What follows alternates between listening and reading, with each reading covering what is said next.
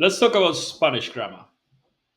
Grammar? But Mika, you said that you shouldn't study grammar when learning a foreign language. You get all with comprehensible input. You shouldn't study grammar rules. Well, you can if you want to, if you really enjoy doing it. 90%, 99% of people don't like it. Whatever.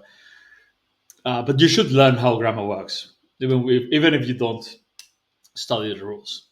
The way I do it to learn grammar is simply learn sentences, a bunch of sentences for each one of the different grammar points. So instead of talking about the past participle, this and that, presente indicativo del blah blah blah blah blah, we just have a list of sentences using that tense, so that specific conjugation of whatever grammar point we're discussing.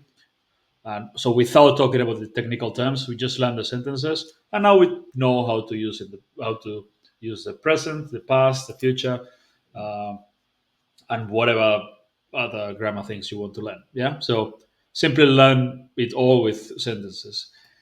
That's how I do it. I've got a long list from the basic stuff to the C1 level grammar, and there's not a single thing that's mentioned there. There's not a single grammar technical term is mentioned there. It's just sentences. You learn the sentences, you learn how to use the grammar.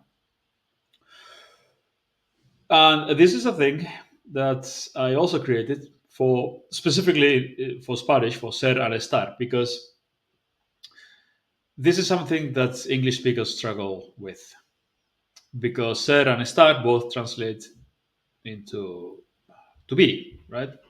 So you if you want to say I am or he is, or yeah, we were doing something or whatever, sometimes you'll say ser and you should have said estar, and vice versa. So how do we fix this? Well, we learn hundreds of sentences. Yeah, we learn them using ser and estar in all the sentences. Lots of example sentences. We learn the list, and you'll still make some mistakes here and there, maybe. But yeah, if you learn the list, 90% of the time you get ser and estar right. There is a rule for this. I mean, there's a bunch of rules, but the rule of thumb is that if it's let's say try to say I am this or I am that, or I'm going to be this. The basic rule is, if you're talking about something permanent, it's ser, yeah. Soy americano, soy alto, soy uh, I don't know. Yeah, your job as well, even if it's not permanent. Uh, soy mecánico, yeah. But mostly things that are characteristic that's either permanent or semi-permanent. And I start for I'm hungry, I'm tired, estoy cansado, estoy hambriento. Also location, estoy en el bar, estoy. Yeah, that's how that's how it works in Spain. First example is always the bar, because that's where people are most of the time here.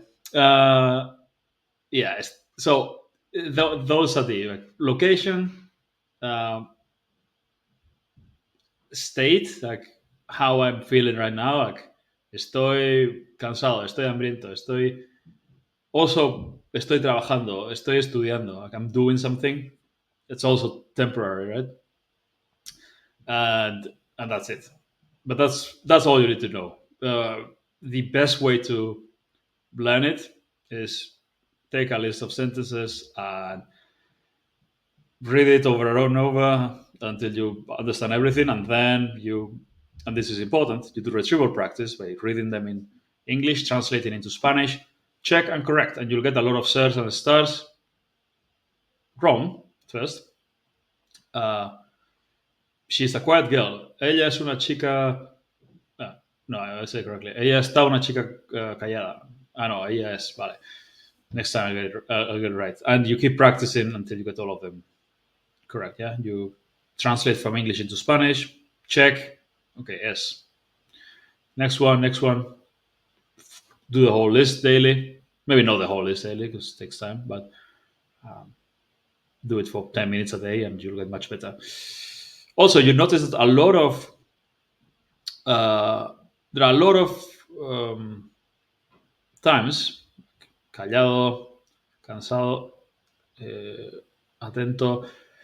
There are a lot of these adjectives that, well, adverbs. Of, I don't know. I don't know the terms. Don't ask me the technical terms.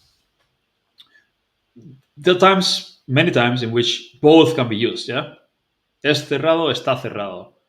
Es atento, está atento. What's the difference? Well, él es muy atento. Yeah, it's someone who pays attention. It's a personality trait. Está atento. Estoy atento. In this case, for example, I'm paying attention. Yeah, estar atento, to pay attention.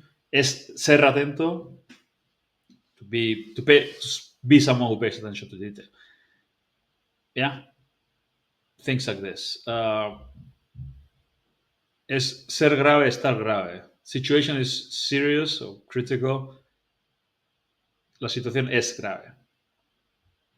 Uh, but él está grave. He is in serious condition.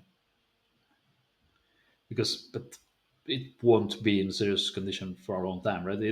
Either he'll recover or, well, uh, es despierto, está despierto. He's like, está despierto is like, he's not sleeping right now. Es despierto, he's woke. I guess, although that's a weird word these days. No, it's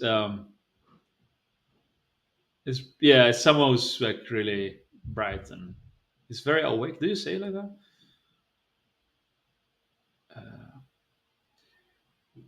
Yeah, es fresco, está fresco. You see, it's a fresh idea, but the air is fresh. No, sorry, the milk is fresh now, but not. It won't be fresh forever. The idea is fresh. I mean, it won't be fresh forever, but it's different. Yeah, you see, this for food, it's a state. This is describing like it's a fresh idea. It's basically the best thing you can do instead of trying to use logic and trying to explain why. Just read them, translate them, get feedback, and repeat it aloud correctly if you got immediate feedback, and then correct yourself aloud. Like, el aire es fresco, like say it correctly after each time, and you'll end up learning them all well. And that's it. That's the big secret.